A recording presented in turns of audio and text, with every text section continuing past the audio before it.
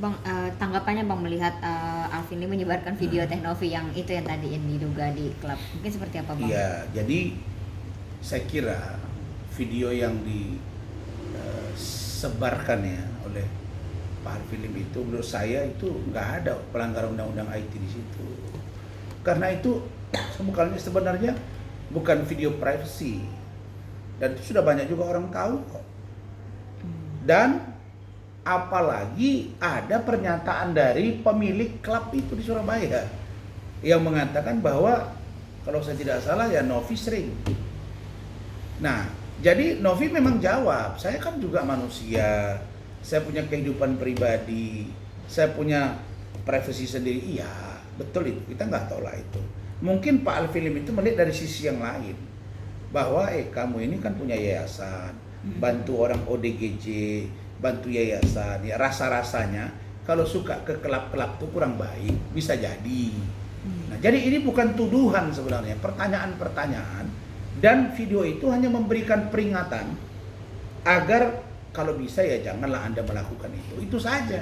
Lah tiba-tiba dilaporin gitu kan. Ya sudah, kita lihat proses hukumnya. Nah, untuk kasus laporan tersebut saya melihat sisi mana yang bisa kita bantu Pak Alvin Lim. Tapi yang pasti saya ingin nih Novia dengan Andinda Herwanto yang juga melaporkan Pak Alvin Lim, yang juga Pak Alvin Lim melaporkan Adinda Herwanto. Di luar itu Pak Alvin Lim juga ada berbeda pendapat dengan Bang Irjen Pol Riki Sitohang. Dua-dua ini, satu abang saya, satu adik saya ini, saya udah komunikasikan. Nah, jadi kalau menurut saya persoalan Novi melalui video ini tidak usah diperpanjang. Fokus saja. Saya dari awal bilang, sudahlah. Novi kan berdasarkan keterangan dari Kementerian Sosial, masih ada juga yang perlu diperbaiki administrasi dari yayasan dia. Agus juga. Ini kan judul utamanya kan bagaimana supaya berobat. Bagaimana supaya Agus diberikan donasi dan dibawa berobat. Lah sampai hari ini tidak berobat-berobat, kasus ini melebar kemana-mana, tapi yang substansinya hilang. Nah, kalau saya harus ada jiwa besar lah.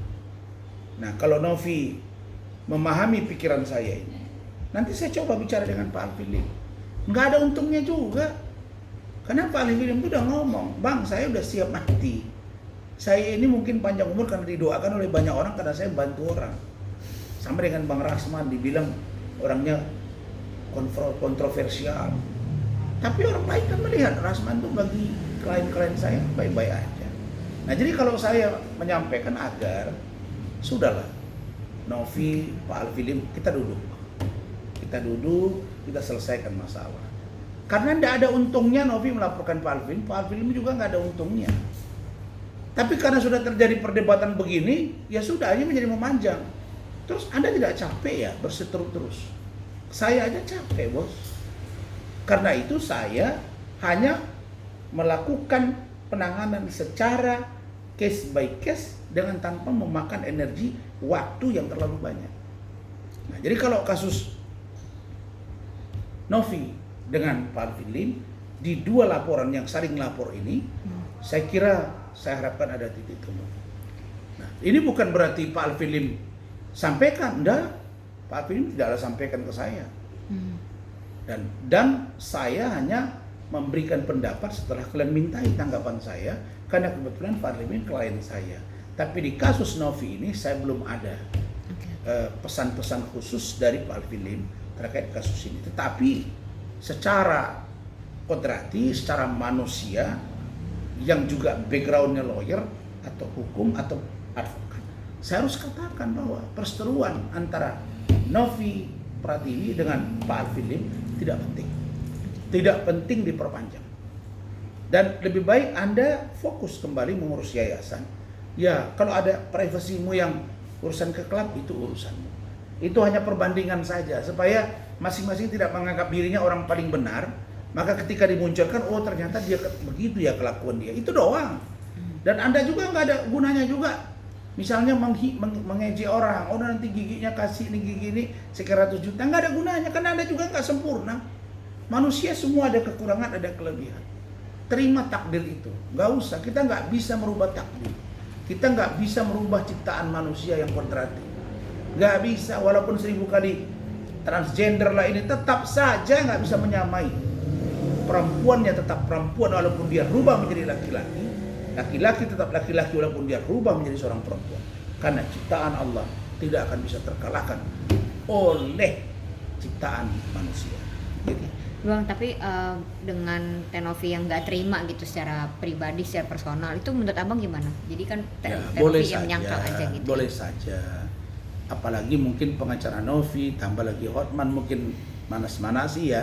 Ya kalau saya mendinginkan, lebih baik kita duduk bersama untuk mencari solusi konkret dari masalah ini. Yang paling penting bagaimana Agus berobat, matanya sembuh, dan bagaimana Novi jalan yayasannya. Dua-dua ini orang yang menurut saya beretikat baik, tapi mungkin banyak gesekan pengaruh sehingga muncul di mana-mana. Deddy Sumargo aja sudah no comment deh. Deddy Sumargo sudah no comment. Kenapa? Karena dia melihat ini sudah melebar kemana-mana. Karena itu teman saya juga Krishnamurti juga nggak begitu banyak komen sekarang. Dia bilang karena kasusnya kemana-mana udah bro, kata dia. Nah jadi kalau harapan saya sudah Novi melalui kesempatan ini, ya saya minta kalian duduk dan berdamai. Tidak ada gunanya. Sumbu pendek mudah terbakar. Jadi karena itu walaupun saya orangnya keras, menurut saya di kasus ini tidak ada untungnya kalau kalian tidak mengakhiri masalah ini yang saya lihat tidak ada ujung dari perseteruan ini yang akan bermanfaat kepada kalian berdua. Baik bagi Pak Alif ini, baik juga bagi Novi. Kenapa? Karena yang diuntungkan orang-orang yang senang melihat kalian berbenturan, terus dia masuk di situ. Sehingga muncul masalah. Dan dia ada orang yang mungkin ya gila-gila viral. Dia pingin masuk media, mungkin ada yang begitu. Saya saja sudah mumet saya yang bolak-balik masuk media ini. Tapi karena sudah jalan hidup ya saya jalani. Tapi saya berusaha untuk menghindar. Karena itu saya sering ke Medan, sering ke Batam, menangani kasus, pindah ke luar negeri. Tapi saya ya inilah seperti ini. Teman-teman datang ya udah saya layani, dan saya dengan penampilan saya yang seperti ini saya tidak munafik. Kalau di rumah saya memang begini. Nah, kalau di luaran mungkin beda lagi gitu. Oke, Bang, tapi artinya yang Bang Alvin lakukan ini tuh bisa jadi bumerang nggak sih Bang secara hukum? Kan masih dalam perkara laporan Tenovi juga gitu, dilaporkan Tenovi. Gimana Bang menurut Abang? Iya, itu kan dianggap kan menyebar video pribadi. Jadi dianggap ya. Ya kalau pendapat hukum saya belum harus terkena. Tapi kan tentu bagaimana nanti Pak Arifin ini membuktikan dari versi dia dan ahli dia. Begitu juga dengan ahlinya Novi. Nah, tapi kita lihat nanti bahwa kasus ini akan seperti apa. Mungkin kalau diperlukan pendapat hukum dari saya, nanti saya akan berikan kepada Pak Arifin. Nah Bang, ini kan kabarnya Tenovi lagi nonaktif lah ya sebagai ketua yayasan gitu, karena lagi bahasanya sih mengurus kasusnya dengan Bang Alvin dan mengurus Agus juga. Gimana menurut Abang? Maksudnya ngelihat hal ini gitu? Ya itu, menurut saya nggak perlu nonaktif. Kenapa harus nonaktif? Kan bukan menyita waktunya sampai habis setiap dalam seminggu tuh 5 kali ngurus ini, kan nggak juga.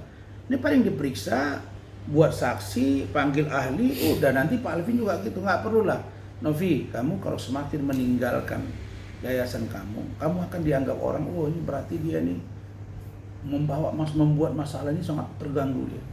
Itu justru melemahkan kamu, Novi. Nah, saya ada sih orang yang selalu komunikasi sama saya, tapi selalu mengatasnamakan Novi. Cuma saya pancing video call untuk melihat wajahnya, nggak berani dia. Nah, apakah ini benar Novi atau tidak? Ada untuk apresiasi pendapat-pendapat hukum saya. Tapi saya pancing, mana saya video call kamu biar saya kenal, biar saya tahu. Nah dia nggak berani. Ya, berarti ini apakah benar suruhan atau Novinya saya nggak tahu. Tapi yang pasti selama ini dia berterima kasih ke saya atas statement saya. Kan memang saya yang bilang di awal bahwa Novi nggak bisa juga dipersalahkan di urusan Agus. Maksudnya dipersalahkan secara membabi buta atau serta merta. Karena kalau ada uang yayasan tetap harus dikelola dengan baik. Ada pertanggungjawaban juga. Nah, Agus juga nggak bisa kita salahkan karena dia tidak mengerti hukum dan dia butuh uang. Nah kalau dia salah menggunakan uang itu untuk yang bukan obat, ya diingatkan.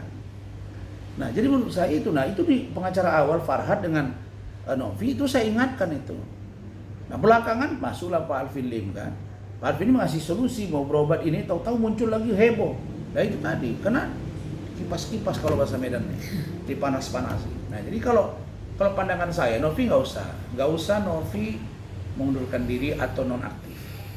Jalan aja terus, nggak ada masalah. Ya sudah, saya kan ngomong nih. Nah, mudah-mudahan kalau saya ngomong ke Pak Alvin Lim, beliau masih dengar saya. Karena kita ini bersahabat dan kita selalu berpikir dan bertindak berdasarkan logika. Nah, Pak Alvin Lim itu orangnya sebenarnya sama dengan orang menilai saya. Pak Alvin itu keras, padahal saya tidak. Begitu juga dengan Pak Alvin Lim. Saya tahu dia, karena belum didalami aja, maka kita jangan saling menghina orang. Apalagi bilang istrinya ini, waduh, istri orang ya istri orang, istri kau gitu kan. Ya, iya kan. Nggak usah dikomentari istri orang gitu. Yang kita komentari itu pun istri kita. Yang kedua, jangan komentari aspri kita, itu kan bukan milik kita, bro. Milik kita tuh yang sah kita nikahi, itu baru milik kita. Itu yang Anda banggakan. Jangan banggakan yang bukan milik Anda. Gitu. Nah, Bang, jika Teh-Novi melaporkan gitu. Jika Teh-Novi melaporkan Bang Alvin gitu ya atas video yang tadi. Udah kan? Enggak, belum, maksudnya secara resmi gitu, secara LP. Video yang disebar di klub itu akhir Abang mau nggak membela Alvin Lim? Masa Kalau saya tidak salah sudah dilapor. Tapi Abang mau nggak membela Bang Alvin Lim? Begini, kasus Novi dengan Pak Alvin Lim itu saya akan dalami. Karena saya tahu Mbak Novi itu dipegang oleh Bang Irjen Riki Sitohang, abang saya. Dan Pak Alvin Lim itu saya pegang di kasus yang lain. Mungkin sikap saya bagaimana mendudukkan saja ini. Ya, Pak Alvin Lim pun sudah saya beritahu supaya jangan menyerang pribadi, karena nanti nggak enak berseteru sesama pengacara. Saya telepon Bang Riki memahami dia nggak, ya oke Dinda, beritahu beliau jangan ganggu saya, jangan serang pribadi saya. Dan saya sampaikan ke Pak Alvin, dan sekarang udah nyaman tuh, nggak ada saling serang-serang. Hanya Hotman aja yang nebeng-nebeng ini gitu. Dan kita ini semua pada gerah. Bang Hotman, Bang Riki Sitohang gerah dengan sikap si Hotman, Pak Alvin Lim gerah, saya gerah, tim pengacara lain gerah. Banyak yang gerah dengan orang ini. Makanya dengan kasus Fat Cat Victoria inilah kita mau masuk untuk melihat hukum jalan atau tidak untuk seorang Hotman. Bang, katanya Bang Alvin mau melaporkan Teh-Novi atas dugaan pemalsuan dokumen yang masih diproses juga sih, masih didalamin sama Bang. Ya itulah yang berpanjang lebar jadinya kan. Iya, menurut Abang gimana langkahnya Bang? Nggak selesai, tetap mau muncul lagi langkah-langkah berikutnya yang memperpanjang, karena masing-masing menganggap dirinya benar. Nah, tapi kan yang akan capek kan si pelakunya sendiri. Saya pastikan Novi akan capek. Segini aja dia udah langsung nonaktif. Baru diserang begitu aja melalui katakanlah cyber media terhadap dia di klub. Udah nggak tanggan dia. Apalagi kalau rutin. Bagaimana kalau dengan Rasman yang sudah bertahun-tahun berseteru. Jadi dibutuhkan jiwa besar. Saya saja dengan iklim hakim sudah pernah membuka hati dalam pengertian untuk bagaimana sudah, kamu tidak usah diperpanjang ini. Laporan dan pengakuan kamu terkait dengan Hotman kepada saya itu diteruskan. Sehingga tidak kamu yang berseteru dengan saya. Tapi mungkin iklim hakimnya berpikir waktu itu dia merasa kuat, mungkin di backup oleh si B, nyatanya enggak. Makanya dia kemarin ditegur habis itu di pengadilan. Karena dia berangkat umroh tanpa seizin jaksa penuntut umum. Dan tidak memberitahukan hakim sebelumnya. Sehingga muncul perintah, bawa nanti sidang berikutnya, dan kalau tidak bawa paksa. Saya yakin kalau itu terjadi dia akan keluar penetapan pengadilan tahan. Ini hal-hal yang serius. Makanya saya minta juga media-media untuk cover dan ikuti kasus ini. Apalagi nanti akan ada head to head antara saya dengan Hotman di persidangan itu, antara saya dengan iklim hakim, dengan para saksi yang lain. Jadi itu akan seru, dan ini tentang imunitas advokat. Apakah imunitas atau kekebalan advokat itu masih berlaku atau tidak? Karena dia diatur dalam undang-undang advokat. Itu tinggi loh, ya. Undang-Undang Advokat nomor 8 nomor 18 tahun 2003. Begitu. Bang, pesan untuk Teh Novi. Iya, saya sampaikan, Novi, sudah kamu berdamai dengan dirimu dulu, baru saya akan coba bicara dengan Pak Alfilim, kamu bicara dengan kuasa hukum kamu Bang Riki, sudahlah kita duduk bareng, kita selesaikan masalah ini. Nah, saya minta Pak Alfilim juga jangan serang-serang Bang Riki Sitohang, begitu juga dengan Novi, jangan panas-panasi lagi suasana, karena saya lihat Bang Riki ini orangnya adem kok. Mereka orang Medan, Batak kan, adem. Dia nggak mau juga dia berkonflik-konflik. Nah, karena itu kita kan sekarang fokus ke yayasan. Ada yayasan yang membantu ODGJ, membantu orang-orang yang cedera, seperti Agus, itu kan accident. Ini kita dukung. Nah, yang tidak kita dukung, muncul perseteruan kemana-mana, muncul di media, ini jadi apa? Jadi pembicaraan publik yang orang-orang di dalamnya bisa jadi diduga pada waktu itu ya, pengacaranya Novi sebelum Bang Riki, bisa jadi terpengaruh dengan opini publik sehingga sudah masuk media lalu kemudian mundur lagi. Begitu juga dengan pengacaranya Agus. Nah, sejatinya kan tanggung jawab moral kita, dia sakit kok, dia udah bawa berobat. Yang kedua, kamu Novi, yayasan ini kurang, ini ada surat-surat yang belum lengkap, lengkapi. Itu baru tegas. Bahwa saya tidak tahu apakah Novi itu Nasrani apa Muslim, saya nggak tahu. Tapi yang pasti dalam ajaran apapun, bahwa damai jauh lebih baik daripada seteru. Begitu. Oke, cukup.